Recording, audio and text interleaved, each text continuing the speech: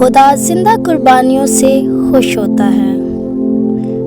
اس بات کو سمجھنے کے لیے ہم خدا کے کلام میں سے دیکھیں گے رومیو 12 باب اس کی پہلی آیت، جس میں یوں لکھا ہے، بس ہے بھائیو، میں خدا کی رحمتیں یاد دلا کر تم سے التماس کرتا ہوں کہ اپنے بدن ایسی قربانی ہونے کے لیے نظر کرو جو زندہ اور پاک اور خدا کو پسندیدہ ہو، یہی تمہاری معقول عبادت ہے۔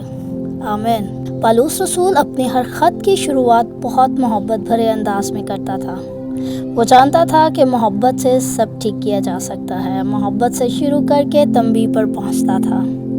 جو محبت خدا کے اندر تھی، وہی محبت خدا نے اپنے لوگوں یعنی اپنے محبت رکھنے والوں کے اندر رکھی۔ خیر، ہمارا ٹاپک ہے زندہ قربانی۔ پرانا عہد نامہ جو ہے وہ قربانی کے بارے میں تفصیل سے بتاتا ہے کہ لوگ کس طرح اپنے ہدیے اور نذرانے خدا کے حضور میں پیش کریں۔ جب اسرائیلی خدا کے حضور نذرانے لاتے تھے تو یہ ان کی ملکیت نہیں ہوتے تھے، بلکہ وہ خدا کے ہوتے تھے۔ خدا صرف ان لوگوں کے نذرانے قبول کرتا تھا جو اپنے مال کا اچھا حصہ لاتے تھے۔ عیب دار جانور خدا کے لیے قربان کرنا خدا کے حضور گستاخی تھی۔ خدا نے خود اپنے بیٹے کو جو بے داغ برا تھا قربان کیا تو قربانی کے معیار کو پورا کیا۔ صرف خدا کے کامل بیٹے کی موت ہی بنی نوع انسان کے گناہوں کی معافی کے لیے خدا کے حضور قابل قبول قربانی تھی۔ اب خدا اپنی قربان گاہ پر ہماری زندگیوں کی زندہ قربانی کا طالب ہے، بالکل اسی طرح جیسا کہ پرانے عہد نامے کے زمانے میں تھا۔ اگر آپ مسیحی ہیں تو آپ کی زندگی اب آپ کی نہیں ہے۔ خدا آپ کو اپنی زندگی ختم کرنے کے لیے نہیں کہتا، بلکہ چاہتا ہے کہ آپ زندہ قربانی کے طور پر زندگی بسر کریں۔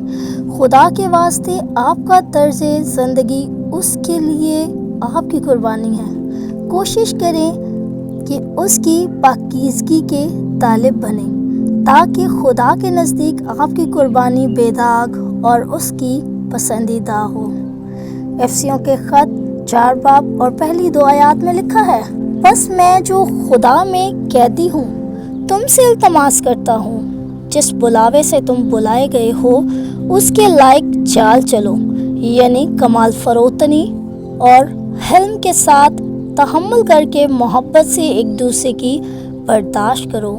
یہ قربانی ہے، فروتن بننا ہے، حلیم بننا ہے، محبت سے ایک دوسرے کی برداشت کرنی ہے۔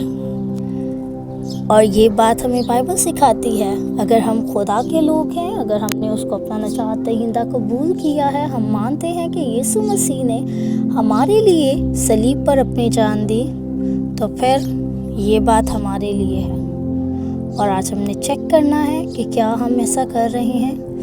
اگر نہیں کر رہے تو پھر ہمیں آج سے خدا سے وعدہ کرنا ہے، آج سے ہمیں خدا سے درخواست کرنی ہے کہ وہ ہمیں ایسا بنائے تاکہ خدا کے حضور میں ہم بھی زندہ قربانی کے طور پر پیش کیے جائیں۔ بائبل میں ایک اور جگہ لکھا ہے، فلپیوں 1 باب 27 آیت میں، صرف یہ کرو کہ تمہارا چال چلن مسیح کی خوشخبری کے موافق رہے۔ یہاں پہ لکھا گیا ہے کہ صرف یہ کرو۔ اگر ہم مسیحی ہیں تو پھر ہمیں یہ کرنا ہے کہ ہمارا کردار، ہمارا اٹھنا بیٹھنا جو ہے، ہمارا بولنا جو ہے، وہ مسیح کی خوشخبری کے موافق رہے۔ یہ قربانی ہے۔ پرانی انسانیت کو مار کر نیا بننا ہے اور ہمارا کردار مسیح کی خوشخبری کے موافق ہو۔ یہ اتنا آسان نہیں ہے۔ ہمارے ارد گرد کے لوگ ہمیں ایسا کرنے نہیں دیتے، میں جانتی ہوں۔ ہم خود کو بدلنا چاہتے ہیں پر وہ ہمیں اتنا بدظن کر دیتے ہیں کہ ہم غصے میں خود پر قابو نہیں رکھ پاتے۔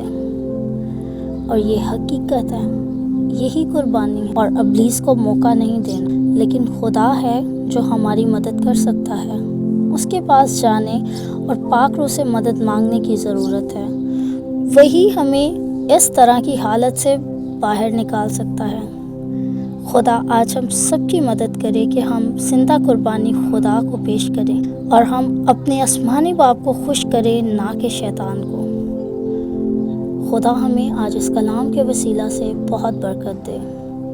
اور آج ہم ضرور اس بات کو اپنی زندگی میں رکھیں کہ ہمیں اپنی زندگی کو اس طرح سے گزارنا ہے کہ ہمارے کردار سے، ہمارے چال چلن سے مسیح نظر آئے اور لوگ مسیح کو جانیں۔